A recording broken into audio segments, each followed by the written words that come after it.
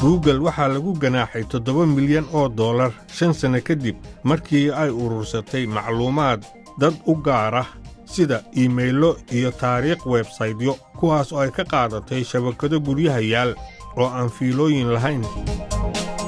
Waxaa kaloo lagu xukumay inay 10 sano ee soo socota shaqaalahooda baraan sida loo ilaaliyo xogta dadweynaha iyo macluumaadka la xiriira. cidda siyaasad ahaan aad taageertid, nooca jinsiga aad tahay, iyo xataa caqligaada waxaa sheegi kara dadka aad Facebook ku wada xiriirtaan. arrintan waxaa lagu ogaaday cilmi baaris ay samaysay jaamacadda Cambridge.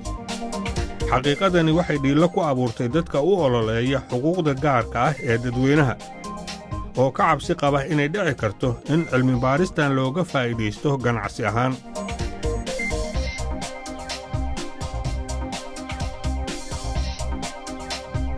qalabkii loogu talagalay in loo isticmaalo mashiinada wax lagu daabaco ee 3D si loo abuuro qayb hubka ah ayaa ku dhawaaqday inay bilaabayso sharikad xuquuqda daabacadda xorka ah oo aan waxba laga rabin waxyaabaha lagu daabici karo 3D.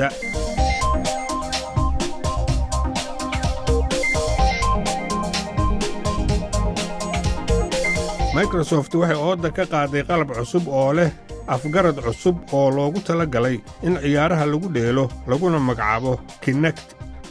afgaradka cusub waxa uu u sahlayaa dadka ciyaaraha samaynaya inay qalabka kombiyuutarka lagu isticmaalo lagu qoro muuqaallo sida qaabka wejiyada loo qoro oo kale. Kinect waxaa lagu wadaa inuu qayb weyn ka ciyaaro qalabka Xbox ee ay adeegsan doonaan jiilka soo socda oo soo bixi doona dhammaadka sanadkan.